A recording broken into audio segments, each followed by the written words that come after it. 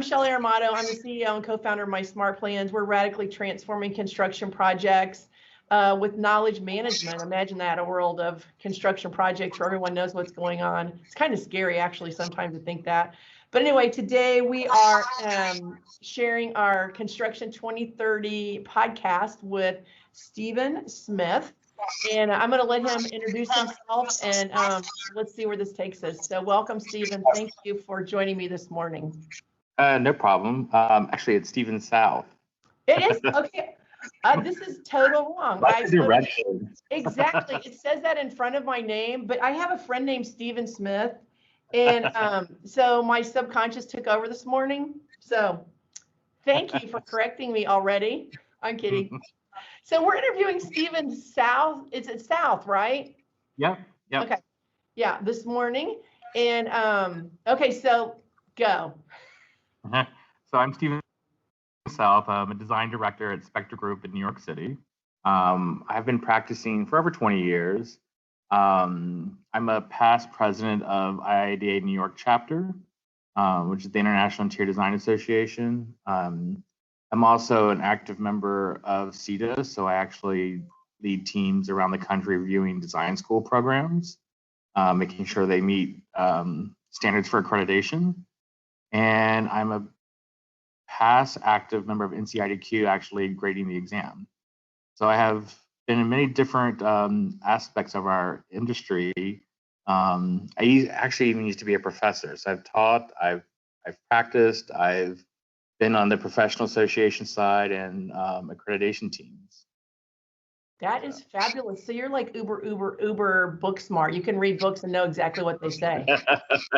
Or at least fake it. Well, I mean, there's like a whole process to that. You know what I'm saying? I'm like the girl that like, I get a book and I like open it up and I read 3 pages. I'm like, okay, I'll go back to that in a little while. Because I'm like, I automatically start applying. Like I'm reading Daring Greatly right now by Brene Brown. And I can't get past the first part about being in the ring, which is what you've done. You've like been in the ring. And sometimes it's bloody. And the people that are standing outside that are judging you are the ones that don't know how to dare greatly.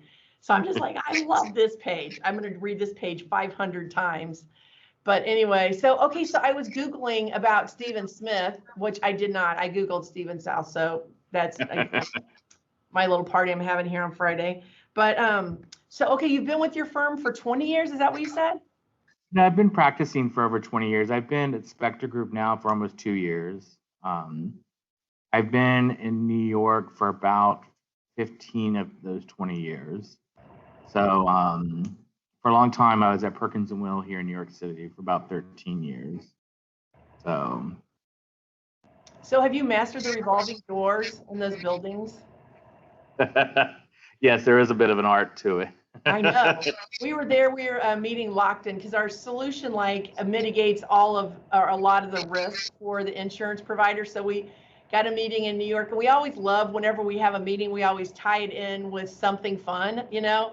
So anyway, the fun for us that day was we got stuck in the revolving door pulling our computer bag. And it was not appropriate for me to stand outside the building and laugh, but my husband was so perplexed about how to get that bag unstuck. And oh my God, I was like, this is so inappropriate. We're going to be on the evening news, like the video of the people that got stuck in the door. But anyway, I love New York City. So how is it in New York City? I mean, do you think it's going to do a full Of course it's going to do a full comeback, but I mean, the real estate and all of those things. I think so. I mean, it might come back differently. I mean, New York, everyone, it's funny, every 5 to 10 years, I guess people say New York is going down, but it always comes back. Yeah. And usually comes back stronger. I mean, it has a long history of that, and it reinvents itself each time. I think opportunities like this, provide us a chance to kind of rethink things and do things differently and come up with the next best thing. It's funny, we're getting ready to post a blog post about this. We've been working on it, like looking at the city from the ground up. So much of because we have been in lockdown and shut down for so long, a lot of businesses have moved out of the ground floor, and that's what makes New York City so fun and active, is people on the streets going in and out of places, doing all kinds of things. And so I think it's an opportunity to kind of rethink what that could possibly be you know, for the future, and we kind of rethink that. If you think back like in the 70s of New York, when things are burning out and people started taking over vacant lots and turning them into gardens, and Yeah. how that helped transform the city and thinking of public space. I think that's sort of where we are again right now at this point of like, well, let's rethink it. Let's make it even better than what it was. And cities around the world are doing that. If you look at like what Paris is really kind of leading the forefront of that, just really developing that idea of the 15-minute city. Thinking about everything that you need could be within a 15-minute walk, and making it more sustainable. I will say in New York, it's interesting. If you go into more residential neighborhoods of the city, they're very active. Like where I live in East Harlem, there's always people out and about. Restaurants are open. People are doing things because people are more at home. It's more in these areas where it's concentrated predominantly just by business and office workers that have a very different feel to it. So maybe, the thought for the future is really kind of diversifying every neighborhood so it's not just one thing. So when something happens like this, it doesn't just take out one whole area. It can actually take a hit and still rebound. Yeah. Well, I think, do you know Jeff Green by any way? I mean, by No, any, I don't. you do not know Jeff Green? No. Green, no, what is the name of his company? So he does like a lot of the design and the painting for like the theaters, and I'm trying to think of the name of his company. It's Jeff Green, and I'll have to think of it. But anyway, he's my husband's business partner, and they do restoration painting, really is what they do. Like, all the churches that have the gold stuff, that's my husband's thing. So anyway. Oh, okay. So we were there visiting Jeff. I was 50, so would have been 7 years. No, I was 40. OMG. It was my 40th birthday. And anyway, I had never been to New York City. And I mean, I live in Kansas City, which I don't know if you know a lot about Kansas City. We're kind of hicky, I guess, compared to New York City, of course. Like, we're still into Louis Vuitton being impressive. But that's still anyway. the same here. Was it? Oh my gosh. Well, it's funny. Like, you get a lot of smaller, maybe independent brands, but you get both of that here. But Kansas City, I've been there. It's pretty cool. It's got every city. I think that's every city's got its own sort of cool culture. That makes it really unique. I think if every place was the same, it'd be boring. But when you get outside the bubble, you're just like, I mean, I was such a greenie. I was just like, wow. First of all, I couldn't find my way around because all the buildings are tall. And in Kansas City, you can like look down the street and be like, oh, I need to go this way. But in New York, I was totally lost. I mean, whatever. But anyways, my first mugging experience too. And I was also shocked. I thought I hurt the lady. She ran into me and like tried to steal my purse. And I was like, are you okay? I mean, but no, she was trying to knock me out. You know what I'm saying? I'm like, so that girl, like, that's a whole like Netflix series. Like, how dumb is this girl? But anyway, it was so intriguing. The beauty of the buildings and the culture. And I was perplexed. So of course we took our grandkids back. I mean, we've done a lot of travel because of our company, but it is such a cool place. But I love your perspective. So whenever you leave New York and you go to these other universities, what's your favorite university that you've been to be like, wow, that is really cool, their program? I've been to a lot of really good ones. I think it's interesting. We review every program by the same set of standards, but it's always interesting to see every program approaches how they approach those standards in a very unique way. Yeah. And that's what's really great. Like, it's about making sure that everyone's getting the same level of education, preparing them for business, but at the same time, it allows programs to be unique and create their own unique program. And so it's been interesting to see how different institutions approach that across the country. And they're all unique and they all do something. You always find something that each program does, like, wow, that's a really cool way of looking at that. And each time we go, we always meet students, which is always fabulous because you get to hear, from them and what they're looking forward to in the profession. So it's always fun and exciting to we interview students and get to see what's the up and coming part of our profession. But you don't have one that sticks out. Like when I go to New York, there's this certain place that I love to go and have coffee, and I don't even remember the name of it, but it's by the Brooklyn Tabernacle Church, because I always go to the Tabernacle Church there because I cannot get enough of that church. But I mean, do you have like a favorite place that you feel like when you get there, you're like, I feel like this is home, or is it just New York City is home? Like this is it? Yeah, for now, New York City's home. I've been here probably almost, well, not quite half my life, but a good portion of my life. So it's funny, even when I go home to visit family, I'm always a little itching to get back to New York. I don't know, to feel kind of, you kind of miss that connection a little bit. But it's also, when I'm here, you're always looking to get out next to go out and do something. Yeah. So I think it makes you appreciate both. Like during this pandemic, because we haven't been able to travel much, I've been going like different parts of upstate New York, which I hadn't really taken advantage of, and gone to other towns and communities and really seen, they're small, but they're really cool and unique in their own way. And it's been kind of fun doing those little, adventures. Yeah. Isn't that the truth right now? I love how, like, I mean, I'm a huge believer in God, and I think, you know what? He's like, you know what? Hang on just a second. I need you people to see this to the left because you've always looked to the right. So what's it going to take? Oh, a pandemic. Okay, we'll try it. And let's just click that one off because nothing else has worked. You know what I'm saying? So now you're like, oh, okay. Like in Iowa, there's Pella, Iowa, and it's all the, it's a tulip festival. And I've always wanted to go. But this year I'm going to go because I have to do, I mean, I was in Orlando yesterday, but I was just like, I'm going to go and I'm going to go to the Pella Festival. I'm going to go see the tulips because I've wanted to do that in my life. But it's made us, I think it's like, for me, it's made me recommit to, or actually not even recommit, but really commit to global warming and like, what am I responsible for and what can I do? You know what I'm saying? Because it's our globe. Like it seems like it's no longer just a New York. It's like the globe. Like we were all affected, and it's beautiful in one sense. In the other sense, it's alarming to me. You know what I mean? Yeah. And you're in a position where you can do something about that, right? Yeah. Sustainable energy. So how is the solar thing working on commercial buildings? Are you involved with that at all? Not so much. I mean, I am an architect by training, but I do a lot more with interiors. And so,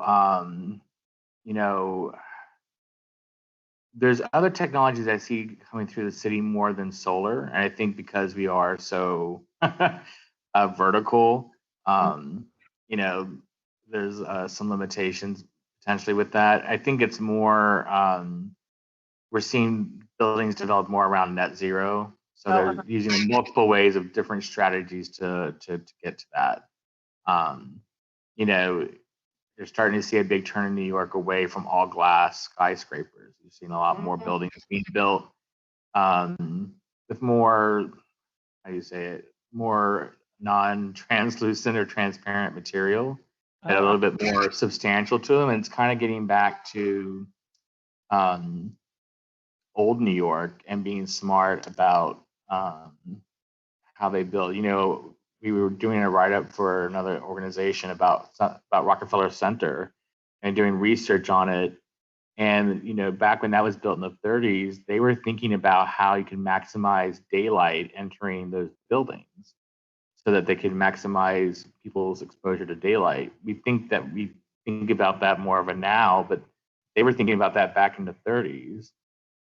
Because someone was asking like, well, why would we choose Rockefeller Center over a brand new building? I'm like, well, they've been thinking about the things we're thinking about now since then, and it's built into their fabric. So, I think that was actually kind of cool. And I think in many ways, we're kind of thinking about buildings and construction in that sense, that sometimes the newest technology might be the oldest technology.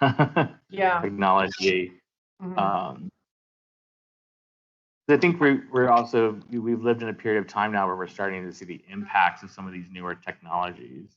Yeah. And maybe they worked and maybe they didn't work. And maybe sometimes the older methods might be better.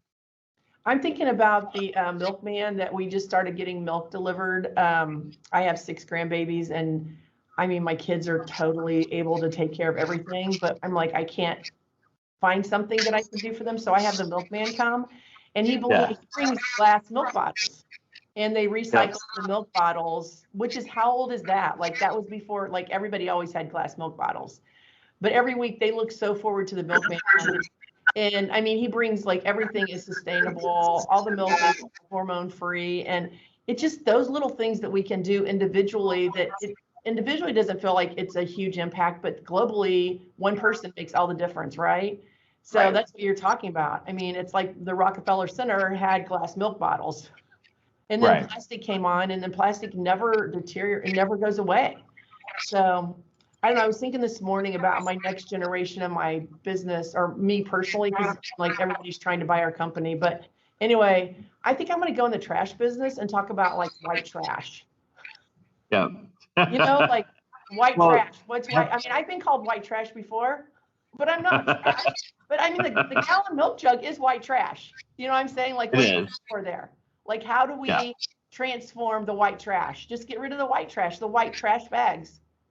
White trash. Well, and there are companies that are looking at that, like, they're, setting up where you can get reusable containers. So instead of buying a brand new container of laundry detergent each Yes. time, you just go to the store and you take your Yeah. container, you fill it up, and you just pay. It's like, Yeah. you just pay for that material, and then you're not having to like throw out these plastic detergent, Yes. Oh, well, and containers all the time. shampoo. Shampoo comes Yeah. in a bottle, a plastic bottle. I'm like, what would it look like to have a shampoo place that you go and you refill the shampoo bottle?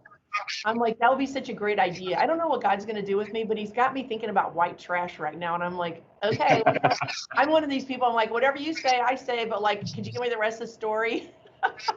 Yeah. Because there's going to be the rest of the story. He doesn't always expose everything to us. You know what I mean? Like when you started your career, I'm sure if you would have said, oh, listen, what I'm going to have you do, Stephen, you'd be like, pretty sure I'm not going to be doing that. And then you find yourself in the chair going, oh, I remember that was, yeah, supposed to be my appointment, if you will.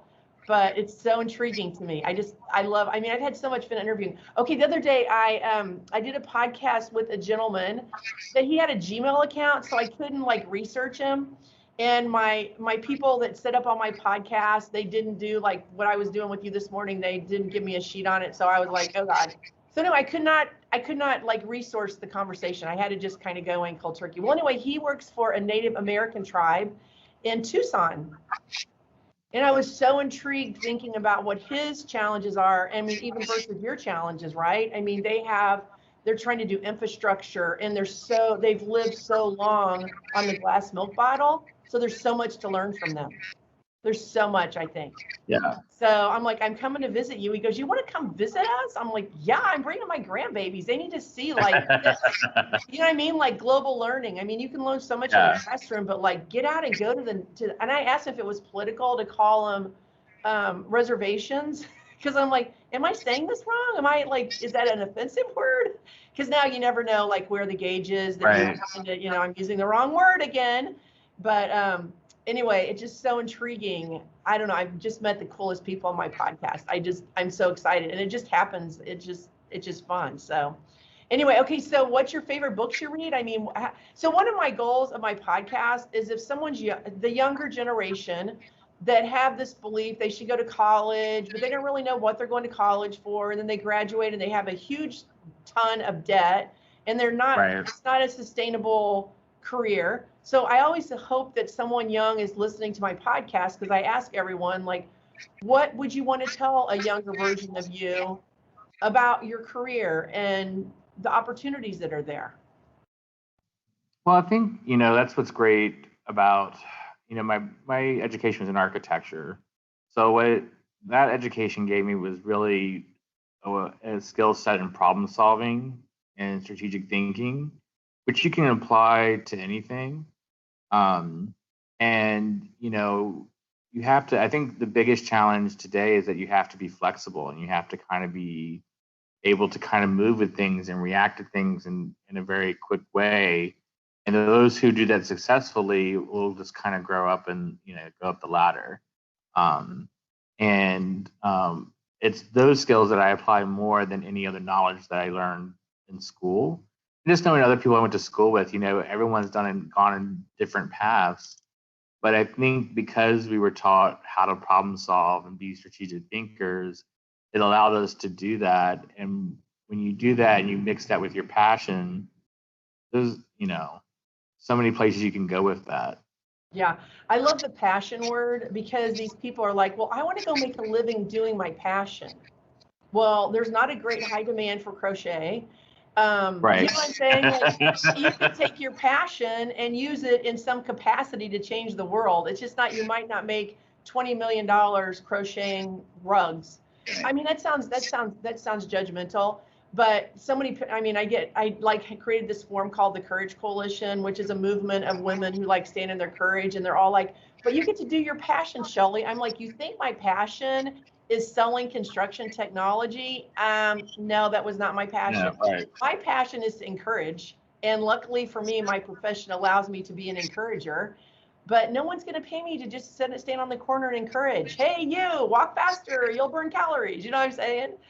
So yeah, I think that's a great example of taking our passion and incorporating it in our profession, and then swiftly changing the world, because I think our world's changing so fast. I love what the pandemic, when they showed in China where all of the smog was gone because all the factories had to shut down because people were dying.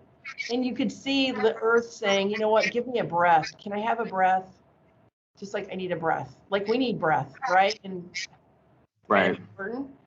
So it's intriguing. I am so intrigued. I don't know, my life. That's my word for my 58th birthday. Oh my God, I'm 58. Is that crazy? I know time. I don't know. The older I get, the stranger time feels to me. Well, plus I don't measure it because I really never know how old I am, and I don't really care. I don't know how old anyone else is either because it isn't relevant to me till someone says to me, what are you going to do for your 58th birthday? I'm like, is it coming up? Right. I want to go to New York. I want to take my grandchildren. So when I bring the whole family, there's like 15 of us. And oh, wow. I know. So of course, you know, we have to go to Disney World with 15.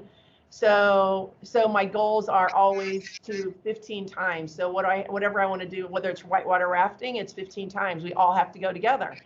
But I don't know. That's the whole story about time. It's like it's moving, and we can do each moment and think it's our last moment. But okay, so what's your next step? Where are you going next? What's the next Stephen South going to be writing on his resume? Because your resume is really long right now, by the way. BTW. Yeah. It is. Did you see that robots are reading resumes now? Oh yeah. Oh yeah. I'm fascinated by robots. Like I went to a lecture a couple of years ago, and this guy who was kept talking that he had a research robot, and I was like, I want this research robot. Where is this research robot? Yeah. Like, you know, why not? I mean, you know, because that can be doing, you know, research can actually be kind of mundane over time. So why not have robots do the things that aren't the enjoyable part of task? But don't you enjoy researching? I do. I do a lot of research. I mean, I enjoy it. The whole part of discovering, finding new things, and then going down I like going down rabbit holes. I don't think going down a rabbit hole is always a bad thing, because you always find something that you would never have come across any other way. Mm-hmm. And I usually find it valuable. It might not be immediately valuable, but I find it valuable somewhere along the line. Yeah. Well, in our Courage Coalition, I talk about adoption. Like you can adopt things, like adopt curiosity. So my number one thing about me is curiosity. I'm curious. I'm always like searching. Well, I'm searching in kindness first, but I love curiosity. So that's exactly what you said. Even down the bunny hole, you're curious. You're looking for something that you call curious. Because you have to be looking for something, right? Yeah. Yeah, I'm curious. That's what led Alice to the rabbit hole. Yeah. And then she had a whole world of discovery about herself along the way. Yeah. Yeah. Isn't that good? I don't know. There's so much knowledge in the world, but it's just like I can't take enough because I can't get off that first page of Brene Brown's book. I do the same thing. I've started many books, but not finished many. Yeah. Well, the book I finished, that my first book I read, I was like 27 years old. Is that a terrible thing to say? But I never read a book. I just was always like, well, what's it say? And anyway, but when I was 37, I read the book about the Brooklyn Tabernacle Church called Fresh Wind, Fresh Fire. And I was like, okay, I'm going to that church. And anyway, it's just the most awesome church right there in Brooklyn. And it's just so amazing. So, of course, we always go to Broadway. And, what is your favorite Broadway show, by the way? Oh, I saw one right before lockdown happened last year in March, which was Jagged Little Pill, which was amazing. Like, it was nice because they took Alanis Morissette's music and it wasn't just telling like Alanis Morissette's life. They applied it to a whole new story. Oh, and it was so powerful. So many twists and turns and things. It was very unexpected and such a well done. When Broadway opens again, I would love to go back and see that one again. And it's called, what's it called, Tony Morissette? It's Jagged Little Pill, which is Alanis Morissette's music. Oh, yeah. Okay, Jagged Little Pill. Okay. You kind of broke up a little bit. Okay, well, wow, I'm going to put that on my list. We went and saw, of course, Hamilton. Yeah, I mean, but my very favorite was Jesus Christ Superstar. I had never witnessed that kind of music or that kind of emotion. Oh my, I still remember sitting there weeping, like, what just happened to me? Yeah. Oh, okay. But every one of the Broadway shows are like that. I mean, we went to. Good. I'm sorry. I was say, yeah, the audience gets so into it, and then you get into it, and you just really, that's the fun part of Broadway. That's what's nice about going to see movies in person. Yeah. Is that you feel the energy of the people around you watching that experience as well versus just doing everything at home. Yeah. You kind of miss out. I miss out that buzz from other people, or Yeah. I went and saw Les Mis in London, and it was, I just like, okay, I don't like it. Am I terrible? I think I have a DNA defect because everybody loves Les Mis, and I was like, I can't follow this. I need a drink or something because I'm not following. I'm very sad. I'm very sad. So it's not a very uplifting story. No, I left at intermission. I was like, I have to leave. My husband's like, do you know how much these tickets cost? I go, I don't know, but I have to leave. I can't do this. I can't do this, babe. And he's like, okay, Shelley. I mean, but anyway, I've seen so many, I don't know. I just, the one that I loved was Aladdin, the gentleman that was the singer. I had never heard someone's voice like that. He was, and I thought, well, I'm taking the kids. This is Disney. I got my grandkids. Okay, kids, you're going to see Aladdin. Okay. And I sit there going, I'm mesmerized. Of course, we went out, we bought everything that was in the merchandise stand. I'm like, kids, you guys want an Aladdin doll? Yes, you do. Yes, sugar does. Let's get it, But oh my gosh, so do you go often to Broadway, or is it one of those things like you live there, so it's for tourists? No, it's I've always loved Broadway musicals. I also like plays, and there's always wonderful productions. And I also like going, to off Broadway productions too. I went to one. I wish they'd bring it to Broadway, but it was off Broadway called Here Lives Love, and it's about Imelda Marcos. Oh. And it was so great because you don't sit for the performance. The audience is actually on the stage with the performers, and they move the whole stage and space around the whole time. So they have people directing you. And so you are constantly moving for 2 hours in this like musical. And Fatboy Slim was the one who wrote all the music for it. And here in New York, it was just great. They had an all Filipino cast. So it's just phenomenal, especially like we lived through the 80s, so remember how big Imelda Marcos was back in the 80s, Yeah. news and Didn't she have all the shoes? Yep.